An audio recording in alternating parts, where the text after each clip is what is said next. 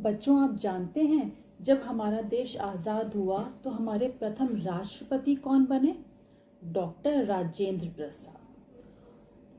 किसी देश का राष्ट्रपति होना एक बहुत बड़ी और गर्व की बात होती है, पर डॉक्टर राजेंद्र प्रसाद का व्यक्तित्व इतना सीधा और सादगी से भरपूर था कि उन्हें देखकर कोई कह नहीं सकता था कि वो इतने बड़े पद पर आसीन होंगे या वो किसी देश के राष्ट्रपति हो सकते हैं। उनके जीवन के बहुत से ऐसे किस्से मशहूर हैं जिनसे हमें बहुत कुछ सीखने को मिलता है।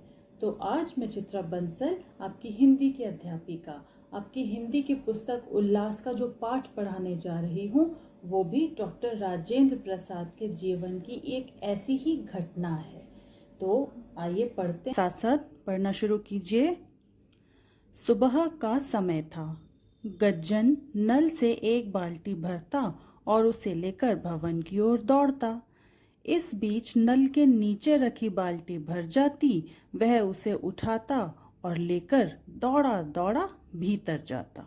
गज्जन एक व्यक्ति का नाम है, उसे सेवक भी कह सकते हैं।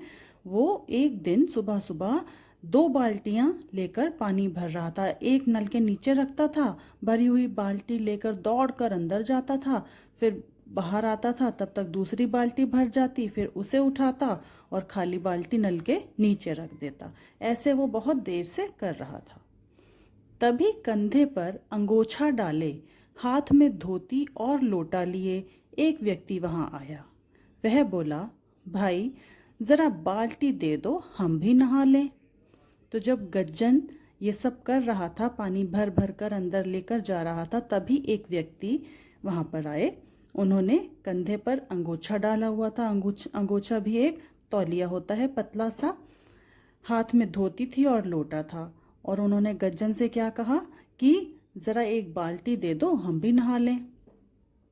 तो गज्जन ने कहा, तुम्हें क्या जल्दी है, कुछ देर रुक जाओ, अभी हमें भीतर पानी पहुंचाना है। गज्जन ने कहा, बस एक बाल्टी दे दो, झट से 2-4 लोटे पानी डाल लेंगे, उस व्यक्ति ने कहा।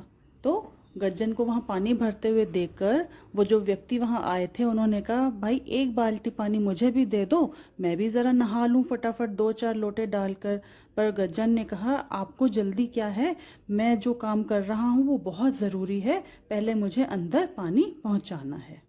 किंतु जब उन सज्जन ने फिर से पानी देने को कहा तो गज्जन बोला, अरे तुम समझते क्यों नहीं, आज सभा है, भीतर बड़े बड़े लोग आए हुए हैं, उनके नहाने के लिए हर कमरे में पानी पहुंचाना है, देर मत करवाओ, गज्जन ने बाल्टी लेकर जाते हुए कहा।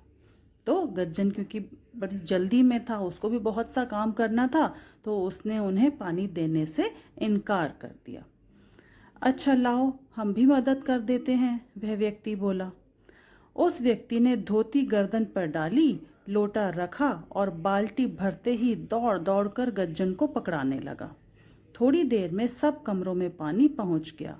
गज्जन बैठकर सुस्ताने लगा मतलब आराम करने लगा थोड़ी देर, क्योंकि वो भी थक गया था, बड़ी देर से वो अंदर बाल्टियां भर भर कर ले जा रहा था। तो जो व्यक्ति वहां आए थे उन्होंने भी उसकी मदद की और जल्दी से हर कमरे में पानी पहुंच गया। उस व्यक्ति ने झटपट स्नान किया और गज्जन को धन्यवाद देकर वहां से चला गया। थोड़ी ही देर में सभा शुरू हुई। स्वयं सेवक नेताओं को शरबत के गिलास पकड़ा रहे थे। गज्जन भी उत्साह से सबको गिलास पकड़ा रहा था। स्वयं सेवक का मतलब होता है जो अपनी मर्जी से सेवा करते हैं। तो जब बड़े बड़े लोग, अच्छे अच्छे महापुरुष देश सेवा कर रहे होते हैं तो बहुत से लोग उनकी सेवा अपने आप ही करने के लिए आगे आ जाते हैं। गज्जन भी उन्हीं में से एक था और बड़े उत्साह के साथ सबको शरबत के गिलास पकड़ा रहा था। उसने सामने बैठे व्यक्ति को गिलास पकड़ाया तो हक्का बक्का रह गया। हक्का बक्का रह जाना मतलब हैरान रह जाना। अरे ये तो वही हैं जिन्हें मैंने बाल्टी नहीं दी थी। तो क्या हुआ, एक नेता जो वहां बैठे थे वो वही थे जो बाहर गज्जन से बाल्टी मांग रहे थे नहाने के लिए। तो उन्हें देखकर तो गज्जन हैरान रह गया। गज्जन को हक्का बक्का देखकर मदन मोहन मालवीय जी बोले, इन्हें नहीं जानते हो भाई, ये तो अपने राजेंद्र बाबू हैं। गज्जन ने राजेंद्र बाबू के पैर पकड़ लिए और क्षमा मांगने लगा। राजेंद्र बाबू मुस्कुराए और गज्जन को गले से लगा लिया।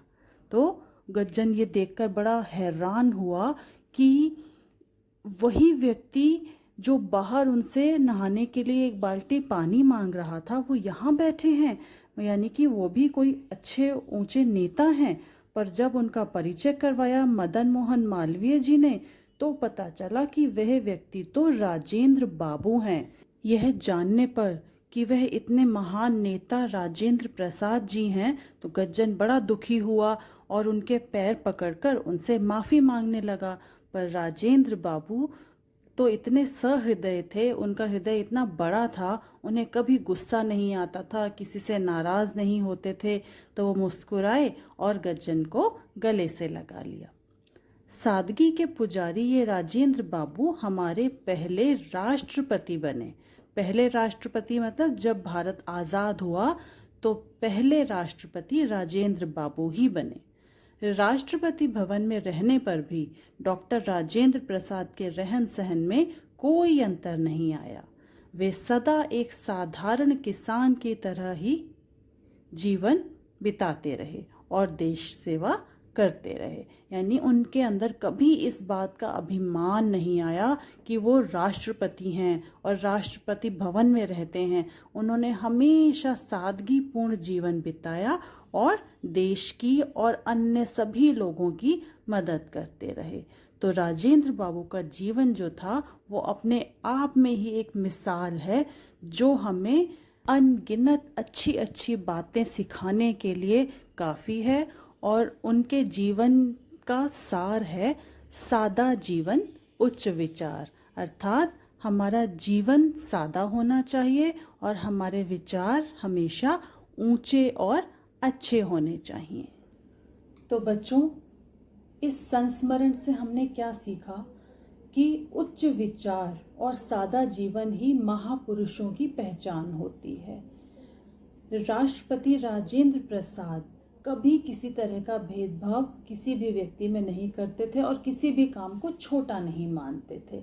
उन्होंने कभी भी इस बात का दिखावा नहीं किया कि वो इतने बड़े पद पर आसीन है, या उस पद का लाभ उठाने की कोशिश कभी नहीं की, बल्कि हमेशा एक साधारण व्यक्तित्व ही उनका आगे आता रहा। और यही कारण है कि आज तक हम उनको इतने सम्मान से याद करते हैं और उनके व्यक्तित्व से इतना कुछ सीखते हैं। तो अब हम चलते हैं, अगला पाठ फिर एक साथ पढ़ेंगे। तब तक आप कोशिश कीजिए, राजेंद्र प्रसाद जी के जीवन की अनेक घटनाएं उपलब्ध हैं, उनको पढ़िए कहानी के रूप में और उनसे नया नया कुछ सीखने की कोशिश कीजिए।